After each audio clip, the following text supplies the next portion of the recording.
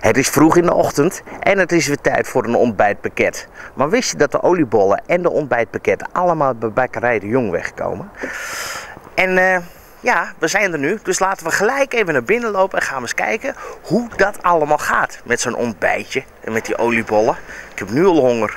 Gelukkig worden we al goed welkom geheten met de deur. Goedemorgen. Goedemorgen. Wij doen even de deur dicht, zo. Wat gezellig. Hallo. Wij kwamen voor het ontbijtpakket natuurlijk.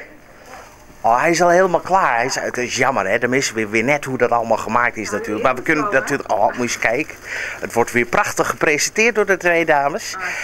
Kunnen jullie eens vertellen wat er allemaal in zit in zo'n ontbijtpakket? Ja, tuurlijk. Er zitten van allerlei soorten broodjes in. Ja? Dus gewoon een witte, bruine, wat luxere broodjes. Zoals de vruchtenkrakelingen en roomroodjes.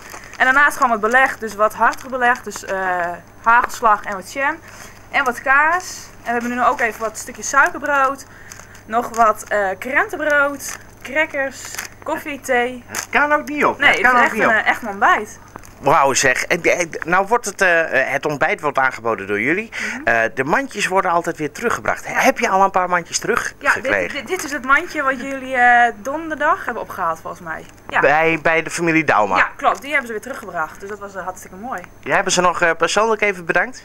Ik was niet aan het... Persoonlijk bedankt. Dat was hartstikke lekker. Ah, hartstikke leuk, hartstikke leuk. Nou komen het ontbijtpakket komt hier vandaan, maar ook het oliebollenpakket. Ja, klopt.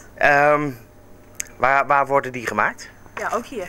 In de bakkerij? In de bakkerij, ja. In die hele grote oven? In die hele grote oven worden ze gemaakt, ja.